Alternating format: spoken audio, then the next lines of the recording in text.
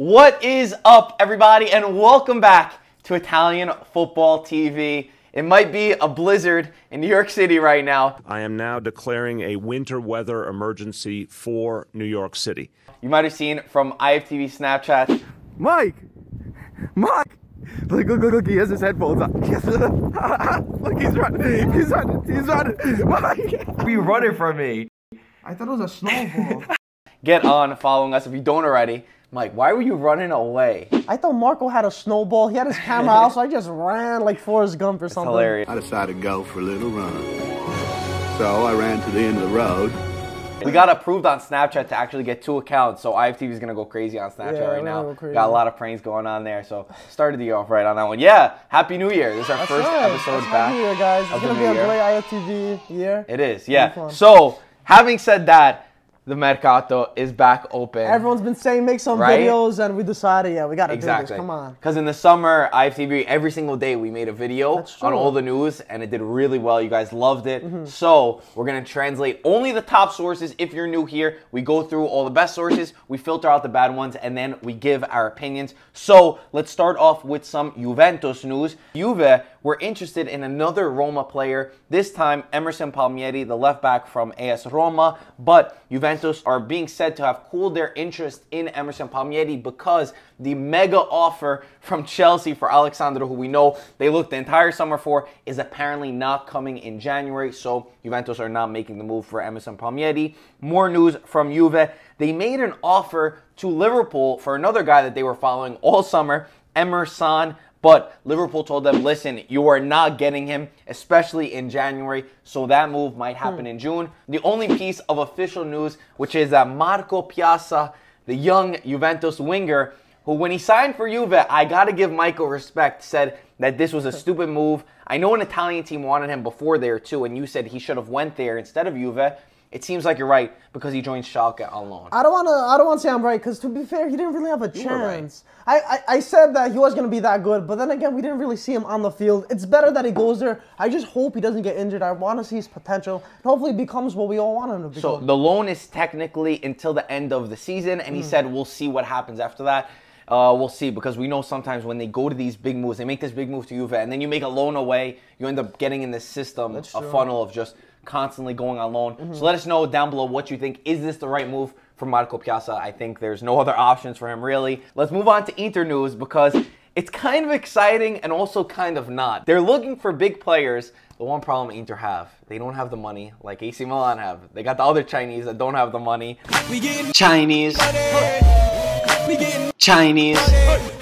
Sky Italia are saying that Inter want Mkhitaryan or Pastore, and also say that Delofo and Ramirez are also the options. The one problem is, like I said, Inter are only offering loan deals to all these teams, Man U, PSG, and they have flat out laughed at them. They said, listen, you either pay for them now in January or you're not getting all of our top players on loan. I want to be excited for this, but I'm a bit skeptical because in the Mercato, we always hear that Inter's going to get this, Inter's going to get that. But at the end, they just get smaller players that don't live up to the players that we wanted them to get.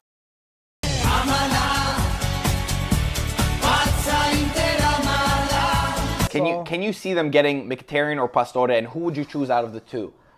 I would go for Pastore. I don't think any of them are happening, to be honest. Yeah, Pastore, we know he's proven in the Serie A too at Palermo. I miss him. So, but both players would be great to whoever we get. I heard some good things from Man U fans about him. Inter need a trequartista. They need that guy right behind Icardi who's creative, and Inter are out of all their competition. So it's not like they need a depth player. If you're going to add someone, you add someone who's going to jump in straight to the starting lineup to replace 100%. That Joao Mario, who's also being linked with the move to Man U. But none of these are happening on loan, and I can't see any of them happening on loan. Talking about guys who Napoli and Inter both want, and these ones could possibly happen on loan. Verdi and Politano are both wanted by Napoli and Inter. Obviously, these guys would be like backups for Inter if they can't get some of these top players. So they're saying for Verdi, Napoli is showing the most interest, but he is not wanting to move in January. He prefers a move in June. He says that in January, you might get lost in that system where you don't really become a big player into the team. You're not an important player. Politano, on the other hand, would move in January.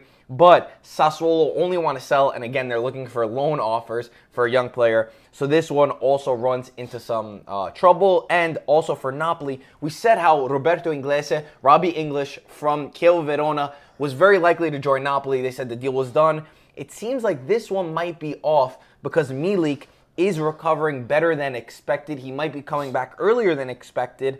So Inglese to Napoli right now is on a standstill. He's not officially going. And also Cicciretti is getting closer to join Napoli. All good players. I think that Verdi could be the really interesting one because I see a lot of Insigne almost to his game, but I also think that Napoli need a center forward. No, I agree with that. They need someone like Milik, like we were talking about before. They have too many small players. Verdi's good, but I feel like he needs to develop a little bit more before he makes a big jump as he wants team. to. Yeah. As he wants to wait until June. Milan news, this is not really that much, but of course we got to throw Milan in there for Mike because he got mad at me when I didn't want to. Milan want Daniele Baselli. There's not too much to talk about. They want him in January, but it seems like it's too hard to sign Baselli from Torino to Milan, and they're most likely going for June, so not much to really comment on this one. I think he would be a fantastic player, though. Not yet. In the midfield. Maybe in June. In June. I love him. And the big news, Conte. He's having problems at Chelsea. We know that, you know, he came out yesterday and said, I always go to these teams who are having economic problems, and they never get the players that I want in the transfer market. You know, the reason he left Juventus, and now at Chelsea he's having these problems. They are saying that PSG have come back trying to sign Antonio Conte. This is not for January, obviously. It's for June. They also say that Bayern are showing interest, but PSG's interest is the most solid. And I'm going to say it right now. If Conte went to PSG, game over. They are going to dominate. They're going to win the Champions League. They're going to do everything. And yes, I'm a Conte fanboy, but that's what I think. The thing is, Conte, he's a very good coach. And now, if he gets something, all the trends that he wanted, something he couldn't get at Juve, and something that he's not getting at Chelsea, imagine him spending like hundreds of millions of whoever Conte wants. And Conte's very good at picking transfers. So they could be very close to it. I really don't want PSG in winning the Champions League just because they spend so much money. I don't like PSG. I know both of you and I are both not PSG fans. I don't like them, no. But Conte going there, obviously we're going to support him. The thing is, I'm still skeptical, to be honest. People are really pissed off about this. Everyone's saying that Conte complains too much about the transfers. Let us know your thoughts. Does Conte complain too much about the transfers? Real quick, I don't think so, but that's a video for another time, I think, because I could go into an argument about this for a long time. Let us know if you want to hear something on that. Another official news, Mihajlovic was sacked by Torino following their Coppa Italia loss to Juventus, where they had zero life.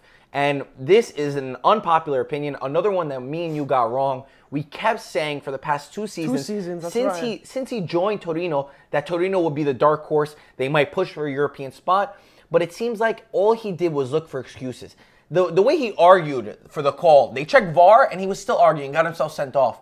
I don't even blame Torino for sacking him. He argues a lot. He had a very solid team, kept a lot of big players like Belotti and stuff, and he still managed to get sacked. And they signed Mazzari really quick, so that tells me that they had him already. That guy. They had him already on the back end, that they knew they were going to sack him. Mazzari's waiting for any team, let's be honest, bro. He's one of those guys that he just goes to, you know, have some teams at teams. Mid-table teams. Let's see if he does well. Not that I think Mazzari's much better, but I think Mihajlovic has been looking for way too many excuses. It's true. I don't think he has any reason to look for excuses because Torino kept your biggest player. He said in the summer, they asked him, like, how do you think you're going to do? He's like, it all depends if Torino keeps Belotti or not. So they kept Belotti. They kept the guy that you were complaining about. He barely has 5 goals in the Serie A. I loved Mihajlovic. I love what he did. I love his attitude. But I think that he was using a lot of excuses, and I think that I don't blame Torino. I don't blame him. A lot of people saying they didn't give him enough time. I think they gave him adequate amount of time, unlike the Milan coaches. Exactly. Also, guys, this IFTV sticker has been on our my iPad. I gotta pop it on my iPad. Yeah, not on yours. They're brand new stickers. They're actually pretty sick. We just got them in the mail. They're like waterproof and everything. Yeah. They're gonna be in every single order for the merchandise once the merch is released. Yeah, I know a lot of people keep sending us messages. Where's everybody getting those stickers from? Those were our old stickers. We gave them away. Like, we have no more. So the new ones are all going to be in the new merch. That's coming soon. But guys, let us know down below. Do you want these transfer videos? Your thoughts on all the transfers. And also, Coppa Italia, we mentioned. Juve went through and Napoli went out. Who's going to go to the final? This is going to be a good one. Who is going to the final? Let us know down below. As always, thank you for watching, and we'll talk to you soon. Ciao, guys. Ragazzi.